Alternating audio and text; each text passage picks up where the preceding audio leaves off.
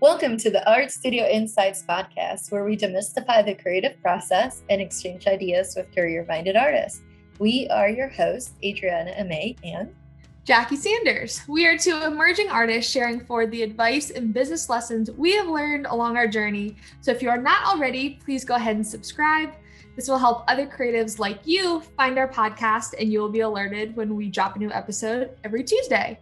So on today's episode, we're going to be discussing open studios, how to prepare for them, what to do while you're there, and what to do afterwards. But first, Adriana, what have you been up to this week?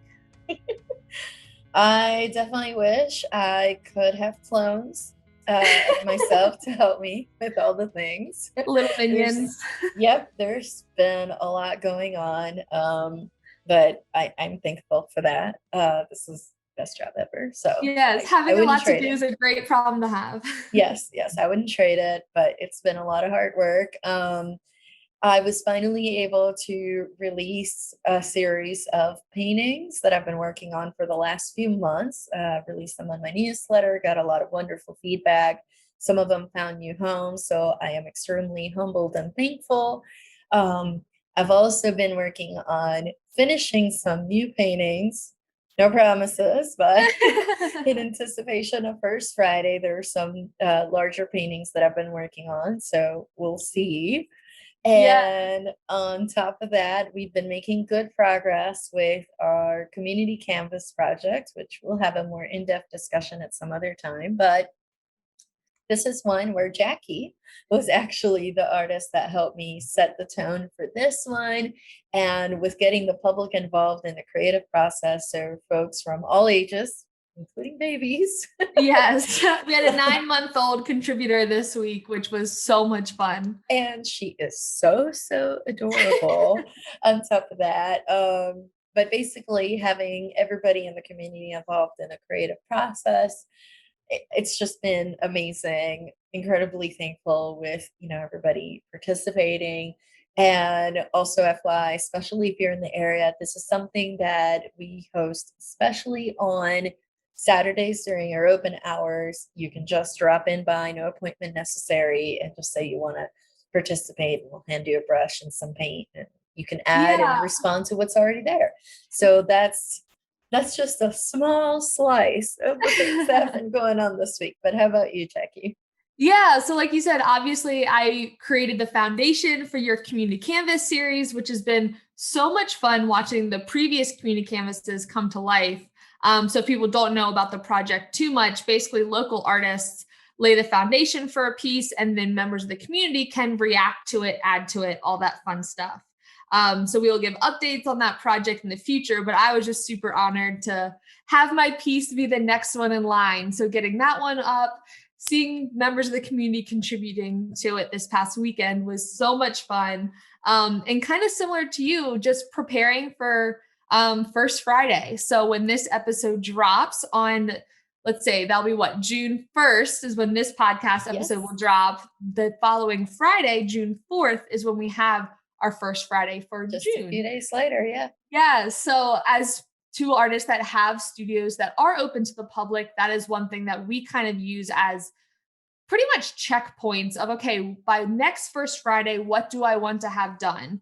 This might be a new painting. This might be a new series of paintings. For me, I knew there were a few products that I had partially designed that I work with a local small business to produce that I wanted to just get wrapped up. So I will be picking those up this week, and then they will be available in the studio on First Friday, which I am super excited about. But really using that experience of being able to interact with the public and get impressions of pieces in our collections and kind of celebrate all the progress we've made over the past month, which that is exactly what we're going to be talking about this week. How to prepare and how to make the most out of our First Friday open studio events.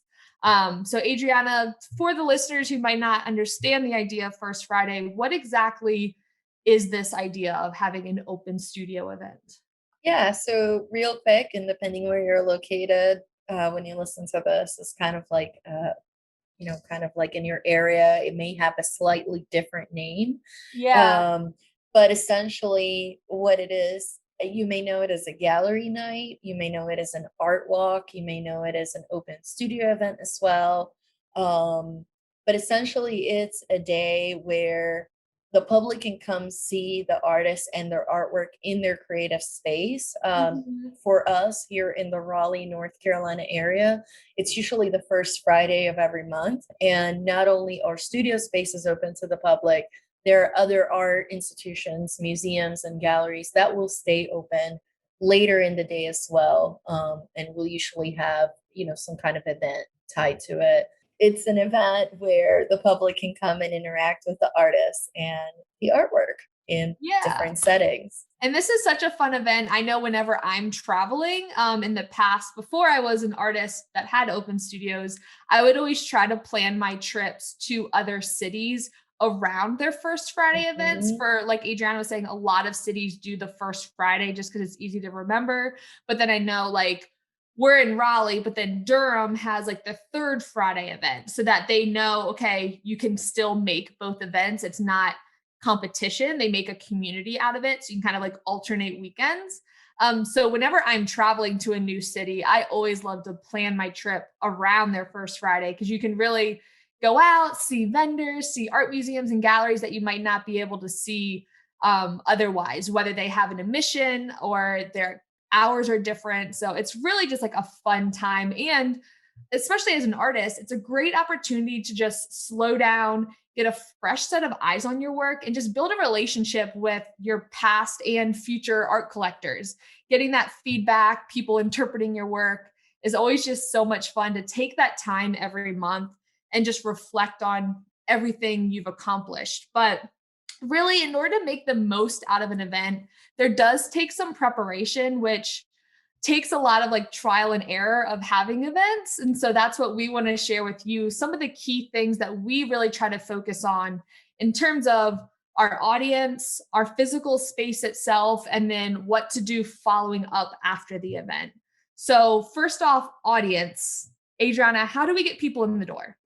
Yeah, so you can use the power of word of mouth to spread the word, of course, family, friends, coworkers, former coworkers. And you basically encourage them to tell their family, friends, and coworkers as well.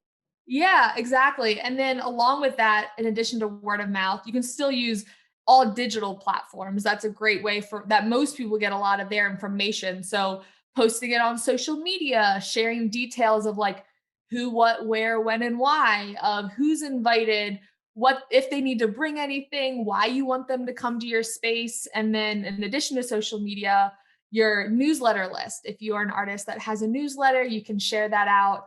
I try to share it like at least the week of, if not the week before, just because people are planning their social lives. They might not necessarily hear of an event and be able to come that night, kind of encouraging preparation and building it into their schedule. Yeah, and especially as things open up post-pandemic, people's Yeah. calendars are filling up a little bit faster. So the sooner you can let them know, the better. I mean, Yeah. it does happen every month, but at least the week of or even the day before, just a hey, quick reminder, this is happening, come and see us. Also, another thing to keep into account is to have printed media. This option Mhm. does require more planning and prep, especially if you're having your open studio coincide with maybe like a big series being released or some kind Right. of special show that you want to put up or installation. Then this is something that, if you know in advance this is taking place, you would be reaching out to local magazines, local publications, just to let Yeah. them know. They just require a little bit more time, but letting them know or even on their calendars that these events are coming up. Yeah, exactly. And then, so doing all those things, getting people into your space, once you have them in your space, you want to make sure it's really an enjoyable experience, right? You want to Yes. make sure it's worth their while for coming out, make sure that they're leaving with a smile on their face. And man, I'm so glad I put the effort out of coming to this event because, like you said, especially as we're knock on wood nearing the end of this pandemic, things are starting to open up again. I feel like it's almost so pulling teeth trying to get people to come out. in some situations. So making sure that your space is clean and it's organized. You don't have anything like, it doesn't have to be crazy. You don't need like spotless clean, but just make sure it looks professional, it's approachable, and of course, safe. I know sometimes as artists, we have things piled up on crazy ways and painting tables everywhere. So just make sure that people feel comfortable walking through your space, engaging with it, and reacting to all the beautiful artwork that you've made. Yeah, definitely no Jenga with the paintings. Yeah. Yeah. Not You when don't the want public's there. yeah, not when they're there. You don't want any of Yeah. that to tip over. But some other things to consider are you want to create clear signage with prices, social media channels, Yeah. payment options. You just want to avoid confusion and awkward conversations with a visitor. An idea, for example, is if you were to have a small sign, doesn't have to be anything fancy, but it would show on it, these are the types of payments that are accepted, and we're still in pandemic time. So maybe with a QR code, make it Mhm. easier for them. They don't have to ask you how much is this if the price is already on it. It just Right. it just makes it a little smoother of a transition. Also, you want to create a calming and welcoming environment that people want to be in, something that they walk past your door and go, ooh, I want to go in there, right? The longer the stay, the longer they stay looking at your artwork. When applicable, post-pandemic times, you may want to consider offering beverages or snacks. Mhm. Maybe even have some light, relaxing music. But on the other end of that, what do we want to avoid, Jackie? Yeah, I would say definitely avoid any strong fragrances. This is one tip that I got when I was working at an art gallery in Raleigh a few years ago and really preparing for events there. That was one thing that always stuck out to me of yes, you might have like a candle or something subtle, but you want to make sure that really your artwork is the star of the show. You don't want someone's interpretation of the artwork unless it's intentional. You don't want someone's interpretation of the artwork influenced by the sense. So any super strongly fragrant food, unless there's this particular theme and concept you're going for, just keeping it neutral, keeping it light, so that really their focus is on the artwork. Yeah, you definitely don't wanna, uh, go in there and you're like, "Wow, it smells like fish and cabbage. Lovely." Right. You Unless know? you're doing, still Unless you're into life. that or it ties it into the art and you're going conceptual here, chances Right. are just Unless it's yeah. like a fully immersive experience, which I mean, there's a time and Yeah. place for that too. But again, make sure it's intentional. Think of, okay, how could this influence the person's experience coming into the space? Will it be positive? Will it be negative? And of course, always when to make people stay as long as they want, make them feel homey and welcome, but really showcasing your artwork first. Yeah, absolutely, and then once they've come in, right, they've taken a look around, they feel nice and comfortable, there's the follow-up, right? This is an Yeah. easy to forget. People come in and you're like, they're gone. No, there's a little bit more. You want to build that relationship. You want to Mhm. establish that trust with your potential collector, or even a potential advocate, right? Maybe they don't Right. buy from you, can't afford it, but still want to spread the word. You definitely want to build that relationship with them after the event. Yeah. So there are various ways to do it. One of them is if you were to create promotional materials that your visitors can take with them once they leave the studio, they can serve as a practical source of information on how to best contact you, as well as a visual reminder of the wonderful time that hopefully they had while visiting your creative business. Some ideas of this, some of these, of course, are going to be a little obvious, like business cards, folks. You need Yeah. business cards. They don't have to be all that, but you definitely want some. If you're going to have stickers, if you're going to have brochures, if you're going to have any list of upcoming events or classes or things of that nature. Yeah. And there's one that Jackie does that's very popular. Yeah, so I do little tokens of appreciation. So again, these are free, just like a business card, but they're actually a sample material of a material that I use a lot. And so it has my website, my social media handle, and my studio number on there. So you can put it right on your keychain. Kids love coming and picking out, like they're all different designs and colors. So they love picking out their favorite one. But yeah, I think really focusing on this follow up of an event is something like you were saying, Adriana, that a lot of people forget about, and especially early on. And I think this is really the shift in mindset that helped me a lot when I was first starting of even if an event or an open studio event, even if you didn't make anything in sales, you can still get value out of a event by maybe adding emails to your newsletter list. That's one thing that I always try to do. Yes, business cards, stickers, brochures are great because it gives the collector your information or the visitor. And so, but then the ball's kind of in their court, right? Like you're hoping that they follow you on social media. You're hoping that they look at your website. But if you have information that you want to gather from them, so even just as simple as first and last name and email, this is like you can just print off on a simple piece of computer paper, one sheet. People can sign up. You can kind of reference it in your conversation with people, let them know what they can expect on your newsletter. But this really helps keep the ball in your court. That way you can purposefully build the relationship after the event. You can keep that going so that, yes, they have a great time at this event, but they don't forget about you in 2-3 days. They actually get a follow-up email from you. And one thing that I like to do as well is really like take notes too about if someone leaves their email address, then kind of take notes on things that you talked with that specific person about. So that way you have those meaningful experiences documented. So 2 months from now, if you decide you want to start offering children's classes, you remember this email address mentioned that they have a 4 and a 5-year-old niece who would love art classes. So even if you don't offer them right now, you then have potentially 2 future little artists that you'll be teaching, and really keeping the ball in your court for making that relationship thrive after the event.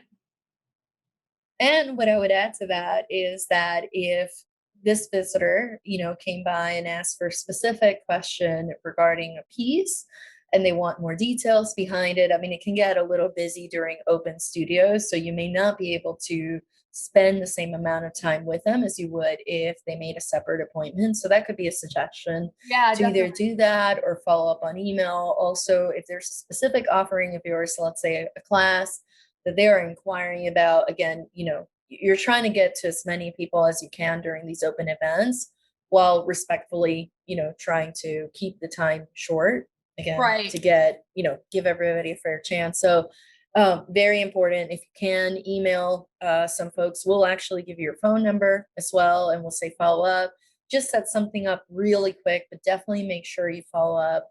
You never know what kind of opportunities may come out of that.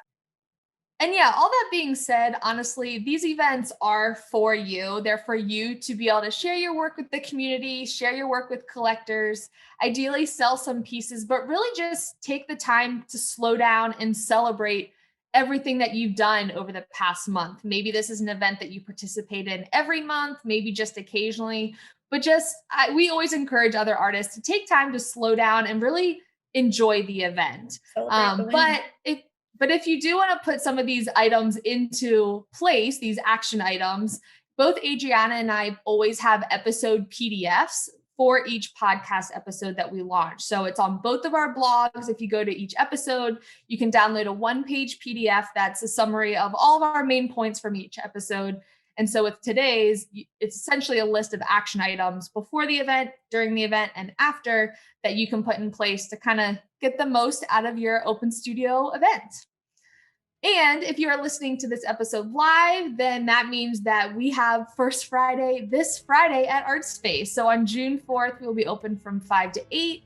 So if you are in the area, we would love for you to come by and talk to us in our studios.